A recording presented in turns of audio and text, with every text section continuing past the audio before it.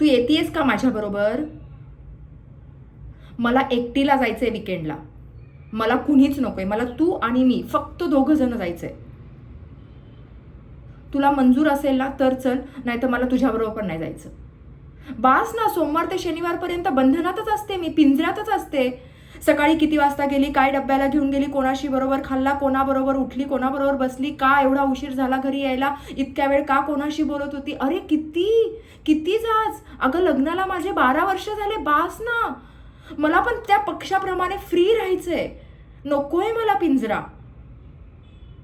हसायचंय, खेळायचंय, उधळायचंय. मला जिथं कुणी बोलायला नको. मनसोक्त जगायचंय बघ. पिंजरा नकोय मला, कोणाचं बंधन नकोय मला. उडायचंय मला, उडायचंय. मस्त शनिवार रविवारी आपण मस्त विकेंडला जाऊया. वाटलंच तर आपण छोटीशी ट्रिप करूया. पण मला फक्त तू आणि मीच जायचंय. मला कुणी नवरे वगैरे नकोयत मला. समजलं का तुला? करतीयस ना डिसाईड?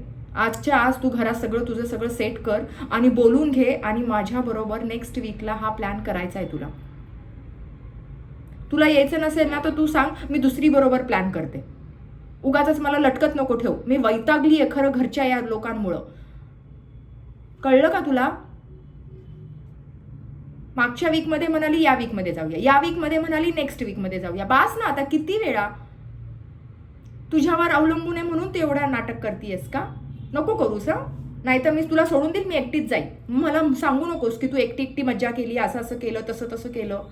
उगाचच परेशान करते. आणि नवऱ्याचं तर नावच काढू नकोस. नकोय मला बंधन कसलं. ठीक आहे? घरात बोलून उद्या सांग मला. थँक्यू.